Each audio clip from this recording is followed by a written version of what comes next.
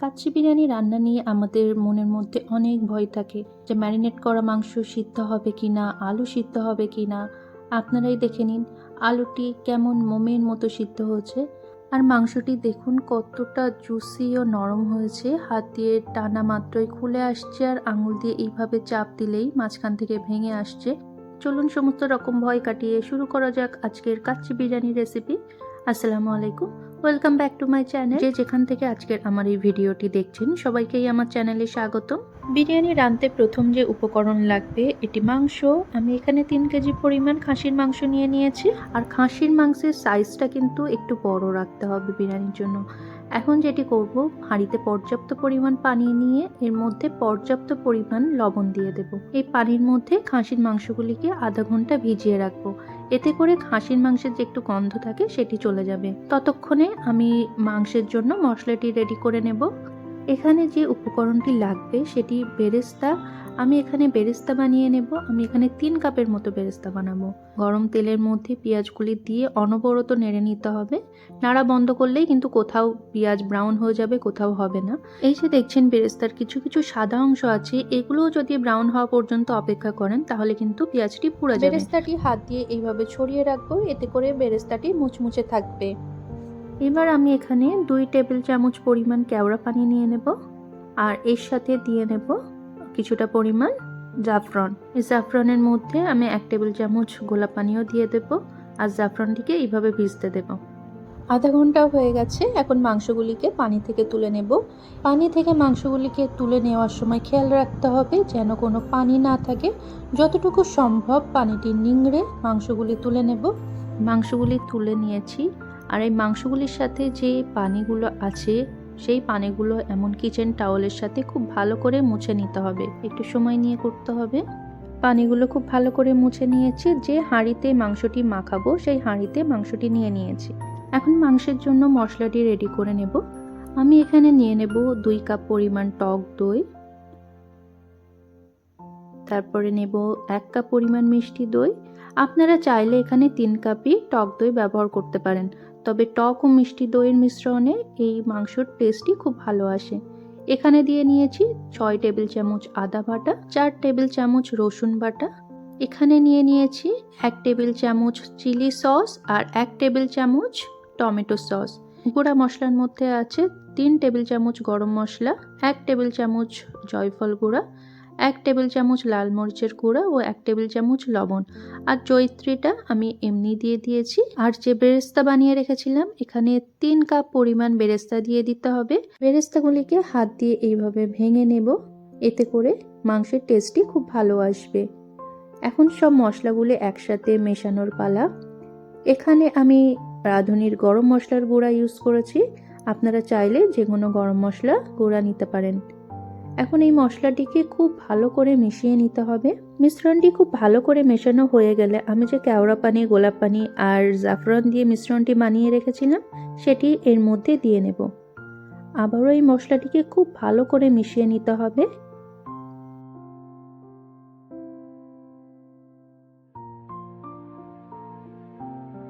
আমাদের মশলাটি রেডি। এখন মাংসের মধ্যে মশলাটিকে ঢেলে দেব। আপনারা চাইলে মাংসের মধ্যেও মশলাটি মাখাতে পারেন।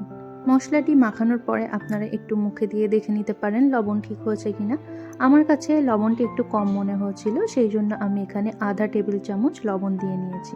এখন সবথেকে গুরুত্বপূর্ণ কাজটি করতে হবে, মশলার সাথে মাংসটিকে খুব ভালো করে মাখিয়ে নিতে হবে। যত ভালো করে মাংসের সাথে মশলাটি মাখাবো মাংসের টেস্টই তত ভালো আসবে।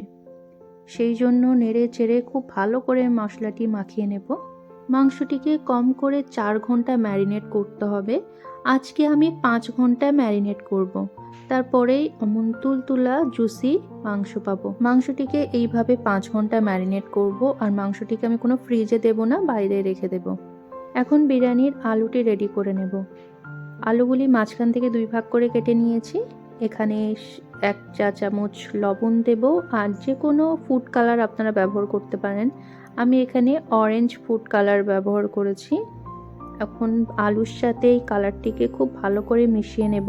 কালারটি খুব ভালো করে মেশানো হয়ে গেলে এখন আলুগুলি ভেজে নেব। এখানে পর্যাপ্ত পরিমাণ তেল নিয়ে গরম করে রেখেছি। তেলের মধ্যে আলুগুলি দিয়ে নিয়ে অনবরত নেড়ে চেড়ে আলুগুলিকে প্রত্যেকটা সাইডে খুব ভালো করে ভাজতে হবে। এই সময় যদি আমি নাড়া বন্ধ করে দিই, কোনো সাইডে ভাজা হবে, কোনো সাইডে ভাজা হবে না। প্রত্যেক সাইডে এমন ঘুরিয়ে ঘুরিয়ে আলুগুলিকে ভেজে নিতে হবে। আলুগুলি দেখেই বুঝতে পারছেন যে কত ভালোভাবে আলুগুলি ভাজা হয়েছে। আলুগুলি এখন তুলে নেব। আমি এখানে প্রায় 1 কেজি পরিমাণ আলু নিয়ে নিয়েছি, আর এখানে 1.5 কেজি পরিমাণ চাল নিয়ে নেব। আলুগুলি আমি তুলে নিয়েছি। কাচ্চি বিরিয়ানিতে যে পরিমাণ মাংস নিতে হয় তার অর্ধেক পরিমাণ চাল নিতে হয়। এখানে আমি মেহেরানের বাসমতি চাল নিয়ে নেব। চালটিকে ধুয়ে পানি ঝরিয়ে রাখবো। এখানে চালটি রান্না করার জন্য পর্যাপ্ত পরিমাণ পানি নিয়ে এর মধ্যে এলাচ, দারচিনি, লবঙ্গ আর 2 টেবিল চামচ শাহি জিরা দিয়ে দেব। এখানে আমি পর্যাপ্ত পরিমাণ লবণ দিয়ে দিয়েছি। এই সময় পানিটা একটু মুখে দিয়ে দেখে নেবেন। পানিটা একটু নোনতা নোনতা লাগলেই বুঝবেন যে পানিতে লবণের পরিমাণটা ঠিক আছে। যে পাত্রে বিরিয়ানিটি রান্না করব সেই পাত্রের মধ্যে মাংসটি নিয়ে নিয়েছি। এর মধ্যে এখন মেশাবো 1.5 কাপ পরিমাণ সয়াবিন তেল বা রান্নার তেল। এখন এই মাংসটিকে আবারও খুব ভালো করে তেলের সাথে মিশিয়ে নিতে হবে। এই কাজটি খুব ভালো করে করতে হবে, কেননা এর পরে মাংসটিকে আর নাড়াচাড়ার কোনো সুযোগ থাকবে না। তাই একটু ধৈর্য ধরে মাংসটিকে তেলের সাথে খুব ভালো করে মিশিয়ে নেব।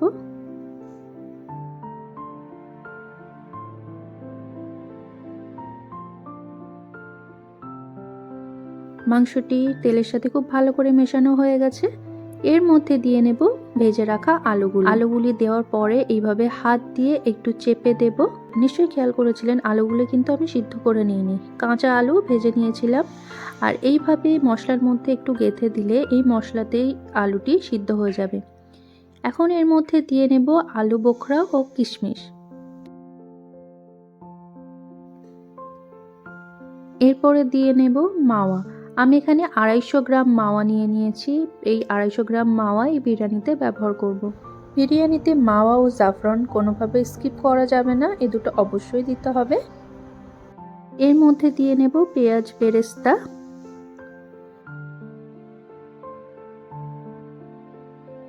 বিরিয়ানি চালের উপরে দেওয়ার জন্য আমি এখানে একটি মিশ্রণ বানিয়ে নেব। আমি এখানে 3 কাপ পরিমাণ লিকুইড দুধ নিয়ে নিয়েছি, আর নিয়ে নিয়েছি 250 গ্রাম ঘি। 3 টেবিল চামচ কেওড়া পানি ও 3 টেবিল চামচ গোলাপ পানি দিয়ে জাফরানটিকে ভিজিয়ে রেখেছিলাম।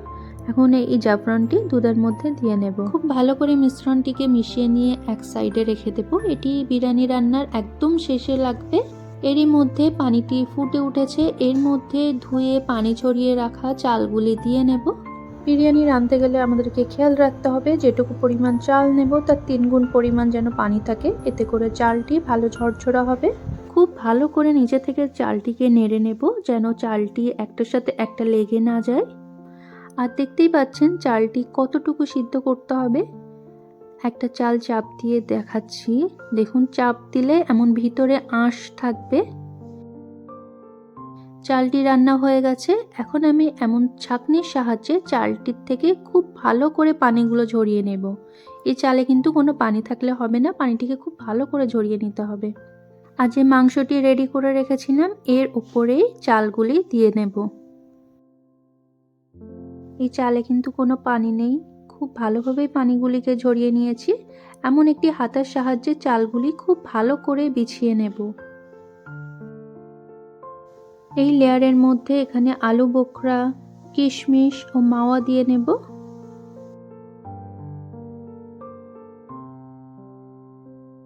আমি কিন্তু চুলাটি নিভিয়ে দিয়েছি। এখন এর থেকে চালগুলিকে ভালো করে পানি ঝরিয়ে নিয়ে এই মাংসের উপরে আবারও দিয়ে নেব।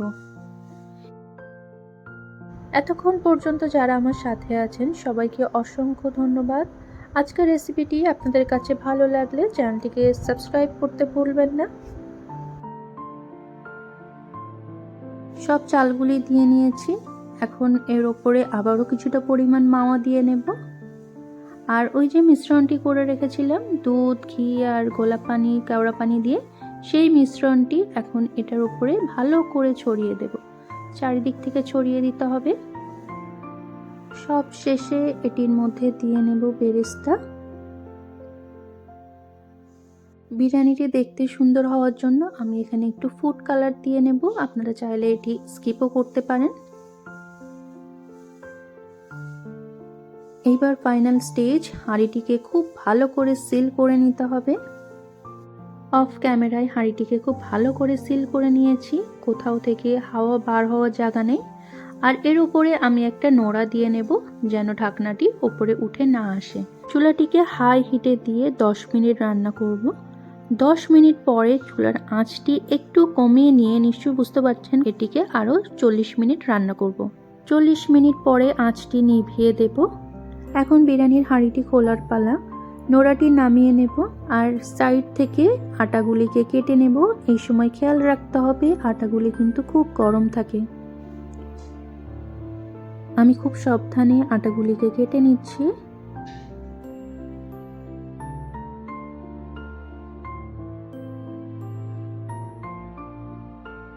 সাইডের আটাগুলি কাটা হয়ে গেছে, এখন ঢাকনা খোলার পালা। এই সময় খুব সাবধানে ঢাকনা খুলতে হবে, কেননা খুব গরম বাষ্প থাকে ভিতরে। দেখুন মাশাআল্লাহ বিরিয়ানিটি কত সুন্দর হয়েছে। বিরিয়ানিটি একটু কেটে দেখাচ্ছি কতটা পারফেক্ট হয়েছে। দেখুন চালটি যেমন ঝরঝরা হয়েছে আর নিচের মাংস আলুটি খুব ভালোভাবে সিদ্ধ হয়েছে এবং নিচে কোনো পানি নেই, খুব ভালোভাবে শুকিয়ে গেছে পানি, একদম পারফেক্ট হয়েছে। এখানে আপনাদের জন্য ছোট্ট একটি টিপস, আপনারা যদি হাঁড়ি খোলার পরে দেখেন যে নিচে পানি এখনও ঠিকমতো শুকায়নি, তো সেক্ষেত্রে আপনারা চুলা অন করে আরও কিছুক্ষণ রেখে দিতে পারেন পানিটি শুকিয়ে আসা পর্যন্ত। আমার এই রেসিপিতে আপনারা যদি বাড়িতে বিরিয়ানি বানাতে ট্রাই করেন, আশা করি আপনারা নিরাশ হবেন না। ইনশাল্লাহ আপনাদেরও ভালো লাগবে। ইনশাল্লাহ পরের কোনো পর্বে আবারও আপনাদের সাথে দেখা হবে। আল্লাহ হাফিজ।